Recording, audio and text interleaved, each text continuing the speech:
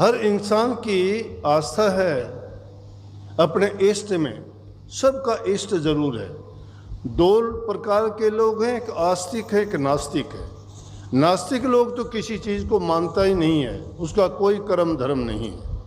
लेकिन आस्तिक जो भी होगा वो किसी न किसी रूप में मानता ही है परमात्मा को, किसी न किसी रूप में मानता है उसको, चाहे वो किसी देवी देवता के रूप में, किसी मूर्त के रूप में या किसी नाम से, वो ज़रूर उसका इष्ट है। और जब भी उसको ज़रूरत पड़ती है उसके सामने वो अपनी जो प्रार्थना होती है रखता है, जो उसकी चाहत होती है, मन्नत मांगनी होती है, वो उनसे मांगता है। तो बात उनकी चली हुई थी, उनकी दादी ने कहा, हे परमात्मा ऐसा ना करो, ये तो बहुत गलत हो जाएगा, माँ के जिंदा रहते हुए उसका बेटा कुछ ना खाए, कितने दिन जिएगा। इससे अच्छा तो ये है कि आप मुझे इसकी बीमारी दे दो, मेरा बेटा ठीक होना चाहिए। तो धीरे धीरे करके इनके पिताजी ठीक होते गए, इनकी दादी की भूख बंद हो गई। और वो कितनी 85-90 साल के करीब उनकी उम्र थी। मैं मिला उनसे, उसने ये कहानी खुद अपनी ज़बान से बताई। और वो इस उम्र में भी खेत में रोज़ाना घूम के आती थी। लेकिन विजय की माँ उससे पहले बूढ़ी होगी। और इनके पिताजी बहुत लंबी उम्र तक जिए, आराम से खूब खाया पिया, ठाठ से रहे। ये आस्था कितनी आदमी के अंदर बड़ी शक्ति है। माँ के अंदर बहुत शक्ति है। देवी माँ जो कहते हो वो देवी और कोई नहीं है, यही माताएं देवी हैं। इनमें बड़ी शक्ति है। कितनी कहानियां और सुनोगे जिन्होंने भी पतिव्रत धर्म को, पतिव्रता स्त्रियां जितनी भी हुई, सावित्री की कहानी आप सुन लो, माता अनसुईया की कहानी आप सुन लो, और भी कितनी ऐसी ऐसी माताएं हुई हैं जिन्होंने वो काम करके दिखा दिए जो दूसरी उनका कोई भी उदाहरण नहीं मिल सकता। माता अनसुईया ने तो ब्रह्मा विष्णु महेश को 6-6 महीने के बना दिए। सावित्री अपने पति सत्यवान को यमराज से छुटा के ले आई। कौन सी ताकत थी उनके पास? भक्ति की शक्ति थी। इसी प्रकार से शेख फरीद का भी मान एक माता ने ही मार दिया था। शेख फरीद ने 36 सालों तक जंगलों में जाके भक्ति करी, त्याग किया, भूख प्यास बर्दाश्त की, कठोर भक्ति का उन्होंने रुख अपनाया, कुरान शरीफ को पूरी ज़बानी याद कर लिया, बड़ा संयम और इंद्रियों का दमन करके बड़ा अपने आप पर कंट्रोल किया, भूख प्यास के बस नहीं हुए।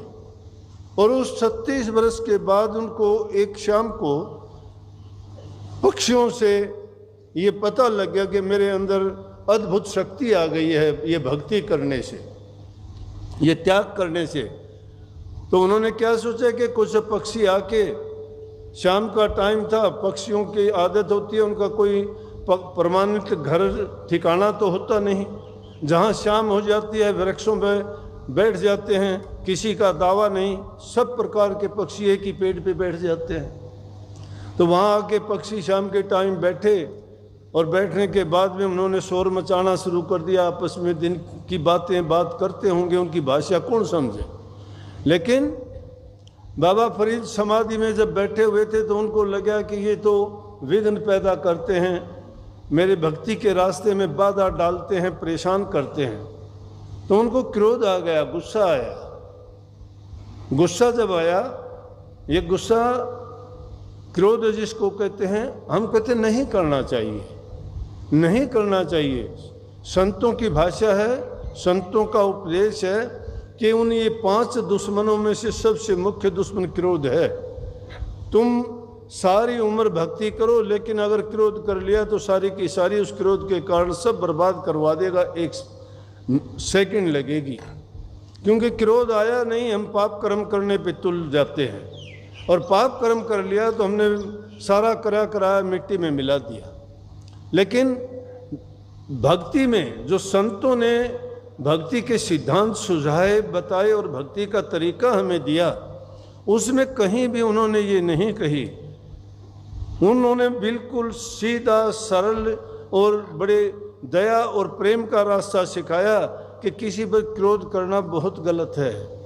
अगर करते हो तो दया करो। तुम्हारे साथ भी अगर कोई बुरा करता है तो उसके लिए भी मालिक से दुआ किया करो कि मालिक इसको सद्बुद्धि दे, इसको भी अच्छा बना दे। कभी भी किसी संत ने ना किसी को कभी श्राप दिया, ना कभी किसी का बुरा किया, ना किसी के बारे में बुरा सोचा। लेकिन अगर संतों के साथ किसी ने बुराई की ना, तो उन्होंने तो अपना कर्म बनाया, उस कर्म का तो उनको ही फल मिलेगा ना। उन्होंने तो अपना कर्म बना लिया जैसा जो कर्म करता है। इसीलिए संतों ने कहा कि भाई कर्म जो करता है, अगर कोई बुरा करता है अपने लिए करता है, अगर अच्छा करता है उसका भी परिणाम उसी को मिलता है। हम रोज़ाना के जीवन में देखते हैं, कोई माता आती है, कोई पिता आता है, कहता है मेरा लड़का शराब पीता है, कोई कहता है रास्ते से भटक गया, गलत रास्ते पे जाता है, कोई स्त्री कहती है मुझे घर से निकाल दिया, कहा नहीं मानता है। उसको आप समझाओ। जब वो आता नहीं है, जब वो काम करता है और उसको बिना बताए, बिना कुछ कहे, बिना लाए उसको कौन समझा देगा, कौन कह देगा। और फिर वो जो काम करता है जब तक उसके मन में नहीं आती, इसीलिए संतों ने कही ये आपा चीनने का मतलब यही था। वाणी को समझो। इसमें कही कि कभी नहीं आपा चीना रे, मूर्ख जन्म भूल में खोया, कभी नहीं सुक्रम किनारे। कि भूल में हमने जन्म खो दिया, अपने आप को नहीं चीने, हम दूसरों को चीनते रहे। कौन कैसा है, क्या करता है, क्या खाता है, कर्म क्या है, पापी है, भला है, ऊंचा है, नीचा है, गरीब है, अमीर है, इनके देखने में तो हमने जीवन अपना बर्बाद कर लिया। अपना आपा नहीं चीना, अपने अंदर में नहीं गए, मंदिरों में टक्कर मारी, घट के अंदर नहीं गए। घरों का, गलियों का कूड़ा करकट घरों का बुहारता रहे, मन का कभी आपने कूड़ा करकट बुहारने की कोशिश नहीं की। दूसरों को उपदेश शिक्षा देते रहे, अपने आप को उपदेश शिक्षा नहीं दी। अरे संतों की लाइन तो इतनी सरल है, जिसका जीवन क्रियात्मक नहीं है, वो खाम खा की बात बनाता है। कहता है मैं भजन करता हूँ, मैं ध्यान करता हूँ, अभ्यास करता हूँ। कहाँ का अभ्यास करोगे? अभ्यास कोई खाना जी का घर है, मौसी का घर है क्या? जाके बैठ के कुछ भी काम करोगे, कोई तुम्हें रोकने टोकने वाला नहीं होगा। भजन आसान है क्या?